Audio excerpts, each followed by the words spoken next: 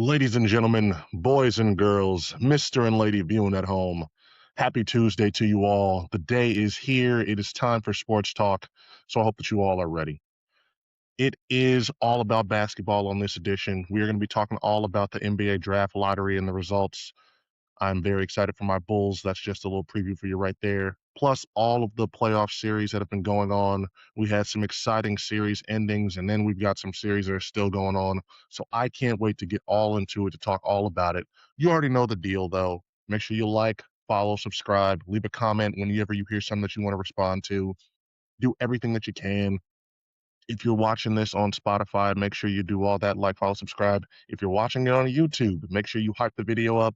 Make sure you subscribe to the channel. Do everything you can so that you stay up to date on us, no matter how you are watching or viewing.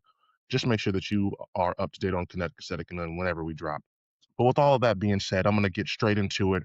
Let's go ahead and let's hear all about these NBA draft lottery results. This is Sports Talk, and it's coming right at you very, very soon. Everybody, the NBA lottery has come and gone, and if you are a fan of the Chicago Bulls like myself, you are more than happy. You are ecstatic. Now, the top four goes as following. We had the Washington Wizards, who were able to snag the number 1 overall pick. Utah Jazz get the number 2 pick. Memphis Grizzlies at number 3. And finally, of course, they're seeing red because Chicago Bulls have got the number 4 pick, and they also have the number 15 pick. So that is two very important draft picks, and that leaves the Chicago Bulls. It leaves my favorite basketball franchise in the position to finally right the ship, finally get things heading in the right direction, and it all is going to start at number 4. Now, this is one of the most loaded NBA drafts in quite some time. It has been hyped up for literally this past year and even the year before that. The top four are almost certainly going to be the following: AJ AJ Dibansa. His name is very hard to pronounce. Darren Peterson at number 2. He's pretty much like neck and neck with AJ. It's going to be one of those two going pretty much 1 and 2. And then at 3 and 4, the Memphis Grizzlies and Chicago Bulls are pretty much going to be having to choose between either Cam Boozer, the son of the longtime Chicago Bulls player Carlos Boozer, or Caleb Wilson. And you know what? There's two storylines just built in already. We're either going to be picking the son of a former player, somebody who was here for a lot of great years, or we're going to be picking somebody who shares the damn name, the whole name scheme of our new star young quarterback. So I'm going to be happy no matter what. I would love if Peterson were to drop. I'd love to have a dynamic, exciting backcourt player, but I'm going to literally be happy and be satisfied no matter what happens. At this point, it's really just waiting until the draft to get here. And I'm going to tell y'all right now, it has been a long, long time. The only, I want to say the last time I remember the Bulls actually being relevant, actually meaning something, was like, I think that was the year that LeBron hit that game winner. I think D Rose hit the game winner against the Cavs in the playoffs. Then LeBron hit one the very next game, and that was just like the ceiling of our window. Everything was just pretty much shitty from there. Eventually, Derrick Rose got traded. We had Jimmy Butler for a little while, and he does have that dog in him, but he was not going to have that dog shown here.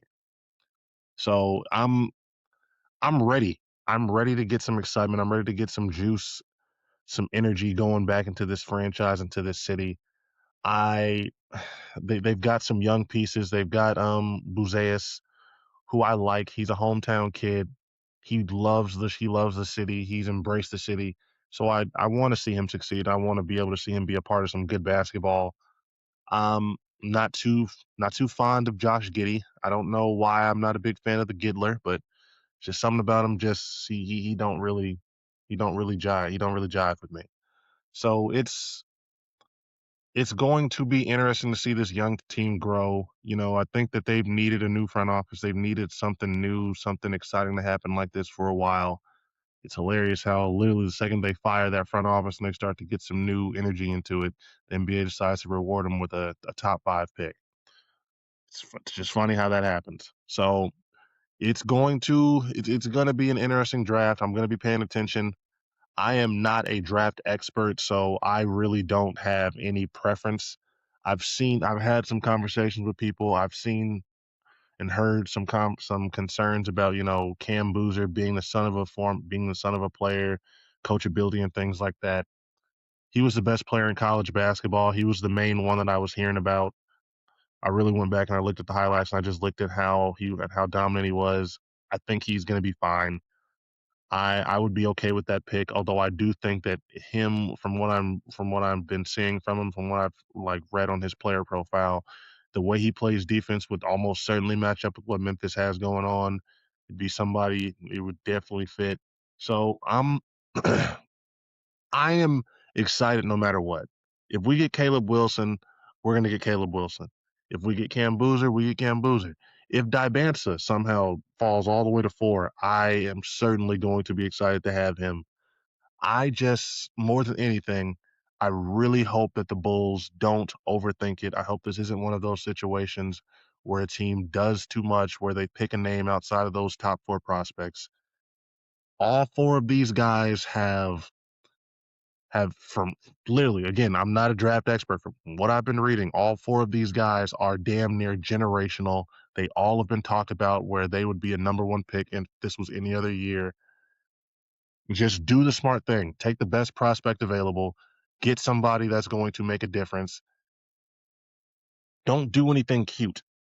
There's a lot of times where teams go and get anything where they just try to overdo it, where they just end up doing some real dumb shit. Pick a motherfucker from a whole foreign country that no one's ever heard of who wasn't on the radar. Just get Caleb Wilson. That's my vote right now. I really just like the whole parallel of having Caleb Williams as our quarterback in the NFL, and we got Caleb Wilson coming in to play for the Bulls. I think if the story writes itself, Cam Boozer would be great as well, but I'm not gonna lie to you. I I I like I'm sort of just sold on the C Willie idea. C Willie 2 times. Like, you can't tell me that doesn't sound cool. You can't tell me that's not marketable. They're gonna be all across the city being fucking friends and shit together. It's just gonna be great. The 2 Calebs. We've already got Caleb Williams being out here being friends with PCA and Buzeus and everything like that. Let's just let's just add Caleb Wilson in here. Let's really get something going. Let's get some Chicago sports unity going and have the city really feeling united and healing again. That's my thoughts though. I'm like I said, Boozer I'd be okay with, Peterson I'd be okay with, any of them I'm gonna be okay with. But Caleb Wilson, the story just writes itself, so he's got my vote. Okay, leading things off, we have to start off with this talk about the Knicks and the 76ers. This series was absolutely insane. Did not go the way I thought it was going to. After the after the 76ers have put so much effort in putting Boston away, having that go to 7 games, I I genuinely am a little shocked that they just get swept like this. Like, I knew the first game when it looked so ugly for them. I thought that was just a result of Philadelphia maybe coming in, had put too much effort in on that game 7, just came out a little lifeless, but they never picked it back up. Like, they never. The games got a little closer in 2 and 3, but it just at no point did this ever feel like the Knicks were in danger of losing this series, where they're in danger of really having any trouble this whole series. As of this recording at the end of this series, they have the second best offense and third best ranked defense. This is a team that is playing their best basketball. They're playing elite. Jalen Brunson, OG Anobi, even though he got injured, even though they're missing people, people have been stepping up. The city is electric. That game 7, the energy that was in that crowd was fucking ridiculous.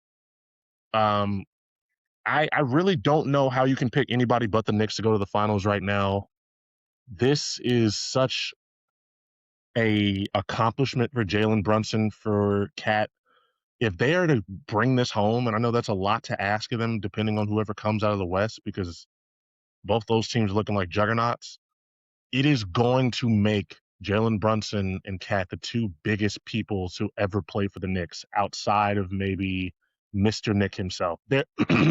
If Brunson gets a ring, he's big. He's bigger than Ewing. I'm just gonna say it right now. The life that he has given this city, it has been such a long time since New York has really had this real heavy of a reason to get this bought in on the Knicks. I love to see this right now. It feels like the Cleveland Browns or the Detroit Lions make it to the Super Bowl if they were to accomplish this. And I mean, just the basketball that they're playing right now alone is just enough to really just have you excited if you're a fan outside of New York. I mean, they tied the record for the most threes made in one half in that game four. These guys are on one. And it's really hard for me to root against them, to have anything negative to say. They're playing just a really great brand of basketball. The shots are hitting, the defense is there. And yes, you can say as much as you want about maybe it was Philly, Embiid, and it's just he can never stay healthy.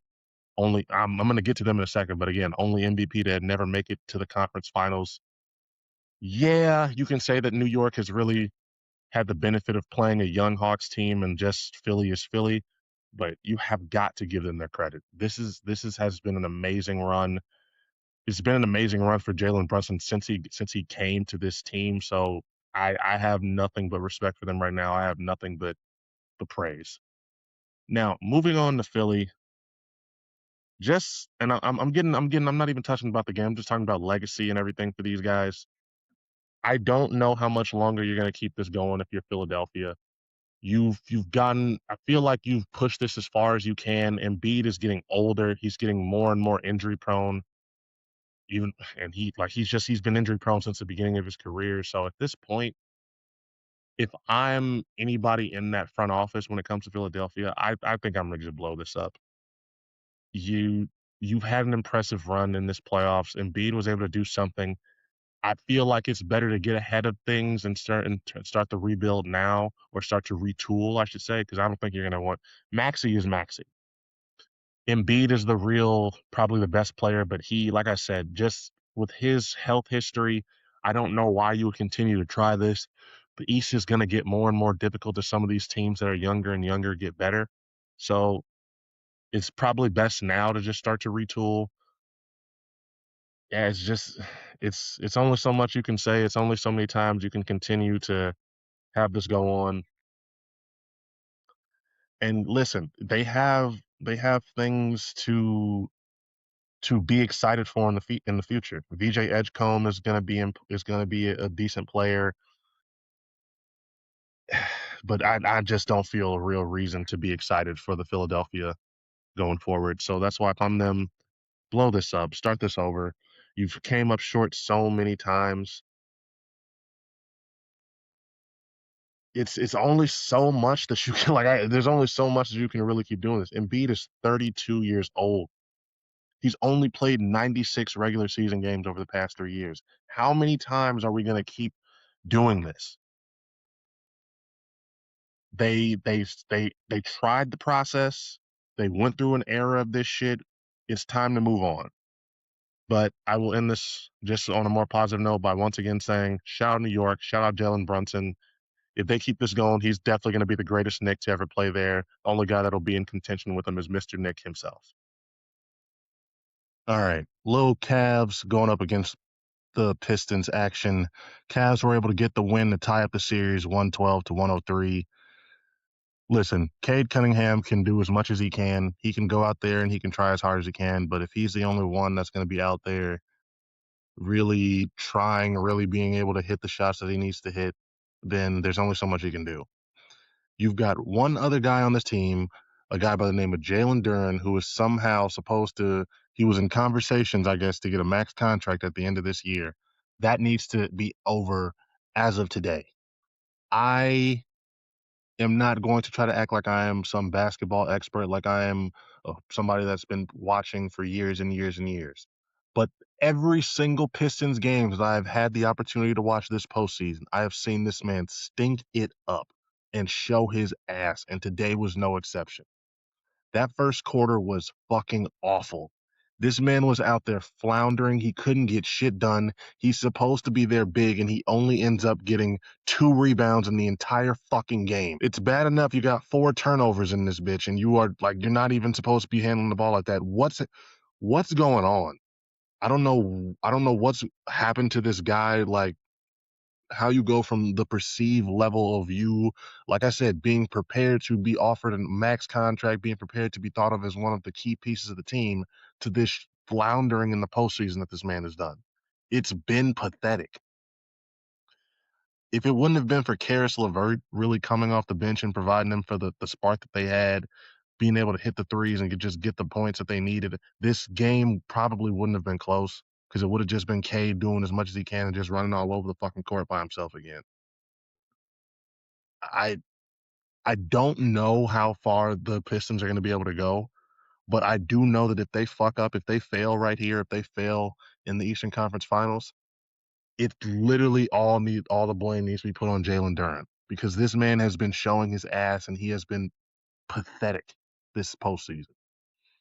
Now moving on to the Cavs, this was just one of those games where Donovan Mitchell showed up and showed out. 43 points, 13 to 26, 13 to 15 from the free throw, 5 rebounds, 2 assists. He was out. He was a dynamo. He got the points that they needed to get. He was out there just performing. James Harden wasn't too bad himself. 24 points, 5 and 9 from three, perfect from the free throw line, 11 assists. They did their thing. The turnovers were low as well. So this was just a game where they both came out, did their thing, and that was what allowed them to get the edge over them. The series is tied now, so it's up for grabs right now. I'm still want to lean in Detroit's favor. I want to say that they should be able to take care of business and get things done, but it's just gonna come down to Jalen Duren showing up or just anybody being able to help out Cade because he can't do it himself. If he doesn't have a game where he's putting up like 30 points and something like that, it just feels like they're not going to be able to really get the wins. And that speaks to the lack of help. And Tobias Harris didn't have his best game either, even though. But I don't want to put too much blame on Tobias Harris because Tobias Harris has been pretty solid for them this postseason run. It's really just they they just need the guy who's supposed to be their number two player step up and be their number two player. But we'll see what happens next. Series goes back to Detroit. If they're able to get that win and be able to take a 3-2 lead, I like their chances. But I'm probably going to pick whoever wins Game 5 to win the rest of the series at this point. Alrighty, we've got the Thunder, we've got the Lakers. Game 4, it ended the way we all thought it was going to end. They swept them. This was the best performance that the Lakers could have put up in this game. They really did come out and give it their all. LeBron came out aggressive to start things off. Austin Reeves was trying to do his best that they could. But at the end of the day, the Oklahoma City Thunder are just a different beast. They're a different animal this year, and they're just truly built different. There's really not much you can say.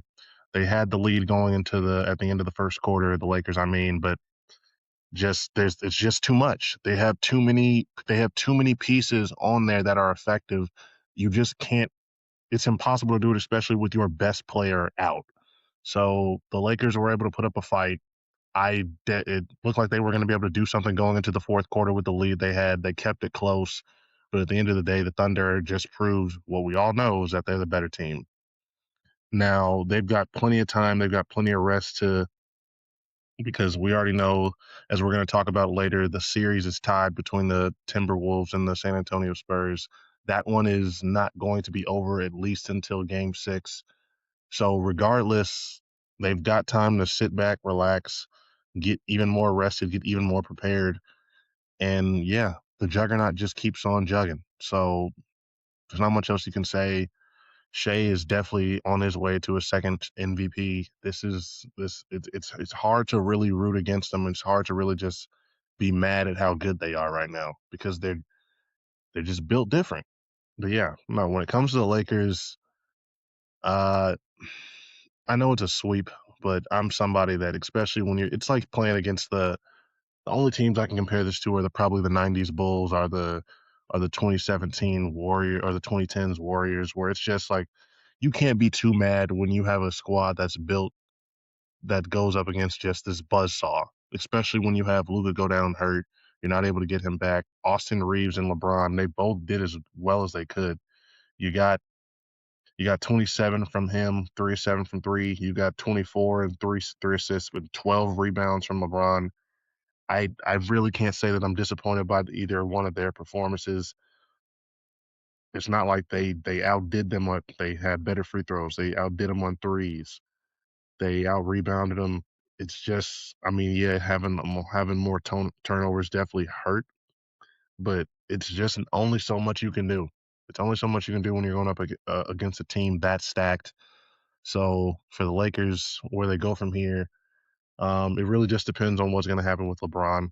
I I've already made what I think he should do, or what I would hope he would do, very clear. I think he should definitely find his way back to Cleveland, but that remains to be seen. We'll see what goes on. We'll see what happens.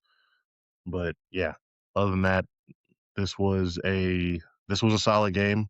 Definitely was the best type of closeout game that you could ask for, even if it was pretty much a foregone conclusion on who was probably going to win. All right, last series that we're going to talk about is going to be the Spurs and the Timberwolves going into Game 5 tomorrow. They are tied 2-2. The Timberwolves, of course, were able to win the last game, Game 4, after Wembanyama got himself ejected in the first quarter following I wouldn't call it vicious, but just a very nasty looking elbow that he sent at Naz Reid. And I'll start off by talking about that. Um, it's been said enough already. If Victor Wembanyama is in this game, if he's able to stay the full time, I just fully think that the Spurs are able to get the dub. I think that they close out. But when you lose your best player like that, when you take that rim protector and everything that he is away from them, and you just take that defense that he provides away from that team, just makes everything easier, especially for a team that has quality big men like the Timberwolves, and it makes everybody else's jobs that much harder. They're a young team, so growing pains, players doing shit like this, even if it's Wemby, it has to be expected. I'm not one of those people that's clutching their pearls or thinking he should have been suspended. I think it's sort of crazy that was even brought up. But I I I do just think that, like I said, it's interesting. It's got to not happen again because this is the playoffs, Wemby. You can't be out there losing your cool, especially when your team is just not they're not there yet to where I think that they can really be expected to close things out, to just stay clutch without you there. You are too crucial to your team. You are too important to what you do. It's not a SGA situation where SGA can be off the court for periods of time and that team is going to still run perfectly fine. So this is going to be a learning lesson for him. I think that he'll be able to get better from it, learn not to let it happen, learn to yes, they're going to play physical. They're going to play physical on you. They're going to attack you in ways that it's that other people are going to pay attention to. But he's got to just don't allow them to psych yourself out of the game because he is too important. Now on the Timberwolves side of things, I'm not ready to fully count them out. They still, of course, have a lot of quality players. You never know what can happen. Anthony Edwards can go off. Ayo Dosunmu can go off. They've got enough players on this team to where anybody can have a crazy type game and just get them a dub. But I just find it hard to believe that, especially if Wemby is able to keep his cool and stay in the rest of these games, that they're going to be able to get 2 more wins on them. It took Wemby going out. It took just, that surprise out of game 1. But when it comes down to it, I just think the talent on the other side, on the Spurs, is just going to be too much for the Timberwolves to overcome. We've still got Anthony Edwards, who's been playing hurt, who's not being able to be his full self. So I have faith that it'll be a fun series to watch, but in the end, I'm still leaning heavily on the Spurs. I'm still thinking that they're going to be able to get this done. This has been Kinetic Aesthetic. This has been your boy Germ. To everyone out there, make sure that you like, follow, subscribe. If you heard something that you wanted to respond to, if you got a team that you're rooting for in the playoffs, or if you have a specific player that you want them to pick with that number 4 overall pick, Bulls fan, I'm in.